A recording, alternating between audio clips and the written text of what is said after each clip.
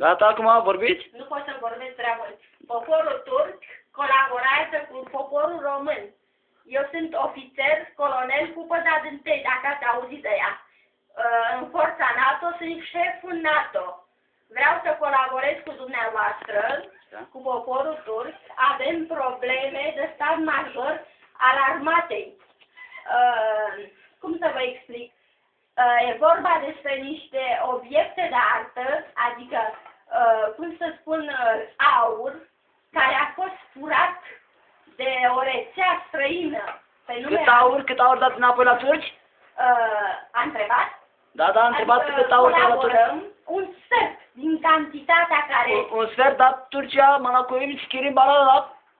Înțelege? Da, a spus. Așa, un sfert.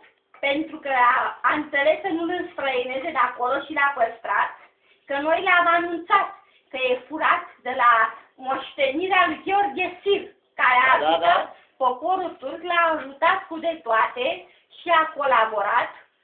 Eu sunt nepoata moștenitoare, care în biserica română... Păi că acum Bin Laden, vorbit ca Bin Laden, spune. Să nu mă întrerupe. În biserica română ortodoxă, sunt numită Regina Elizabeth. Da? Adică, nu știu dacă sunt recunoscută pe Mapamon. Eu am colaborat cu toate țările din Europa și din America și din Asia. Am ajutat pe toată lumea. Să știți că am descoperit rețeaua Al-Qaeda, care a stat ascunsă în România.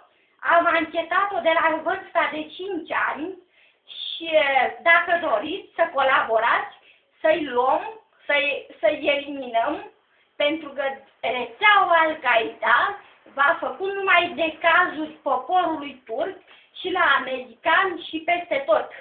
Cam atât, dacă am înțeles. Aziz, mulțumim.